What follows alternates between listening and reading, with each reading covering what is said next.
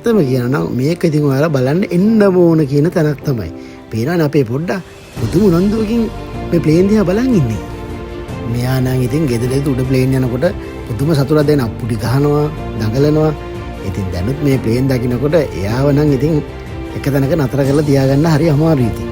අපිට ඉතින් ඇත්තටම මේකේ මැප් එකේ විදියට ගියා නම් කිසිම අතරමං වීමක් නැතුව මේක යන්න පුළුවන්. දැන් මේ අපේ ගෙදර කට්ටිය ගොඩ වෙලා ඉන්නේ ෆ්ලයිට් එකක් ඇතුළට. ඔයගොල්ලන්ට පේනවනේ ඉතින්. ෂීට්ස් තියෙනවා. කොක්පිට් එක පැත්තට තමයි දැන් මේගොල්ලෝ මේ හිමීට ගමන් කරන්නේ. අපේ රටේ ජීවිත කාලෙම ප්ලේන් එකක් නැගලා නැති චූටි දරුවන්ට වැඩි හිටියන්ට මේක ඇත්තටම හොඳ එක්ස්පීරියන්ස් එකක්. හැමදාම ඉතින් පින්තූර පොත්වලුයි ටීවී එකේ විතර ප්ලේන් බලලා හරියන්නේ නැහනේ. මේ වගේ ඉතින් ඇත්තටම ප්ලේන් එකක් බලන්න රත් බලන්න වෙන්න ඕනේ ඉතින්. මේ මියුසියම් එක නම් ඇත්තටම මහ ජනතාවට ප්‍රදර්ශනයට තියෙන එක ලොකු දෙයක්. පේනවනේ කොක්පිට් එකේ ලස්සන.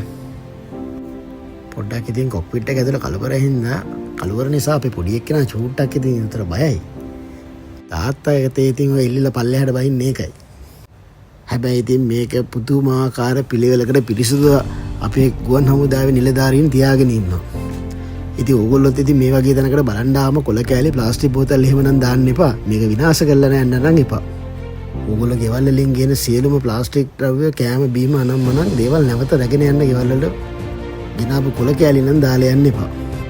පේනවානේ පරිසරයේ තියෙන ලස්සන හරි පිළිවෙලකට අතු ගාලා පිරිසිදු කරලා තියෙන්නේ. මේක ඇත්තටම මේ සති දවස් 7න් සවුන්ද දවස වහලා තියෙන්නේ. සවුන්ද හැර අනිත් සියලුම දවස්වල උදේ 8:00 ඉඳන් හවස 4:00 වෙනකම් මේක විවෘත වෙලා තියෙනවා. ඇත්තටම ඉතින් මේ සෑම ගුවන් යානයක්ම ගුවන් කාලේ අවසන් වූ පසු තමයි මේ වගේ සංරක්ෂණය කරලා තියෙන්නේ.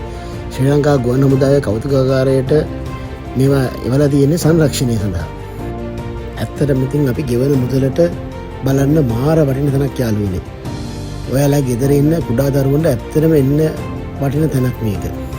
මේ ඔයගොල්ලන්ට දකින්න තියෙන්නේ පුහුණු කරන්න ගන්න ගුවන් යානයක්. අදටත් අපේ රටේ ඒවියේෂන්ස් කරන දරුවෝ පුහුණු වෙන්නේ මේ වගේ ගුවන් යානාවලින් තමයි. මේවා ඉතින් ඇත්තම ගුවන් යානා හින්දා අල්ලලා බලන්නත් පුළුවන් ඉතින්.